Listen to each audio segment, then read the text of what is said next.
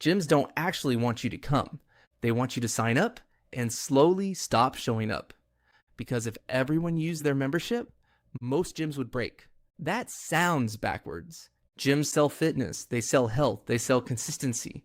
But their business model depends on the opposite. It depends on people paying without using what they paid for. And it all comes down to one number: utilization. A gym has a fixed amount of space, a fixed number of machines, a fixed number of lockers, showers, and staff. That capacity doesn't change, but memberships can. So gyms do something unusual.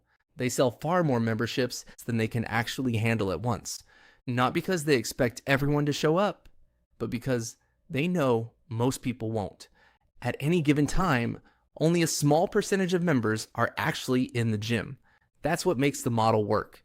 Because if even a fraction of members showed up consistently, the entire system would break. Machines would be full. Classes would be overcrowded. Locker rooms would be packed. The experience would collapse. And to fix that, gyms would have to add more equipment, hire more staff, expand their space, increase cleaning and maintenance. Costs would rise fast, but prices can't. Because gym memberships are built to feel cheap. $10, $20, low enough to say yes, high enough to add up at scale. So instead of increasing capacity, gyms manage behavior. They rely on a pattern. People sign up motivated, they go consistently for a few weeks, maybe a few months, and then slowly they stop going. But they don't cancel. Because the cost feels small. Canceling feels like giving up. And there's always the idea that they'll start again next week. So the payments continue quietly every month.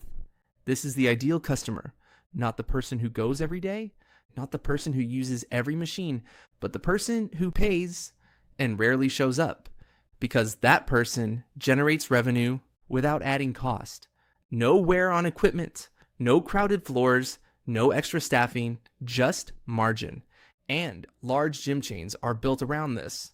Take Planet Fitness, one of the largest gym operators in the world. Its pricing is intentionally low, around $10 a month for a basic membership. That price attracts a wide audience, including people who are unsure if they'll actually go. And that's the point. Planet Fitness doesn't need everyone to show up. It needs a large number of people to sign up and behave predictably. A small percentage uses the gym regularly, but most don't. That balance keeps locations profitable. But if behavior shifts, the model breaks. If too many people start showing up, costs rise. If too many people cancel, revenue falls. There's very little room in between. That's why the gym business looks strong from the outside, but stays fragile underneath. High demand doesn't guarantee high profit, because demand isn't the same as usage, and usage is expensive. This isn't unique to gyms. Airlines overbook seats because they know some passengers won't show.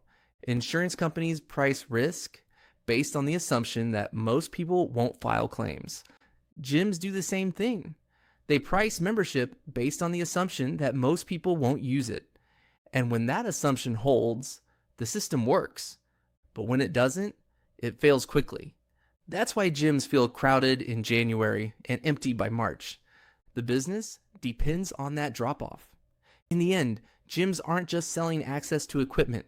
They're selling intention. The intention to get healthier. The intention to be consistent. But intention fades. And when it does, the payments don't.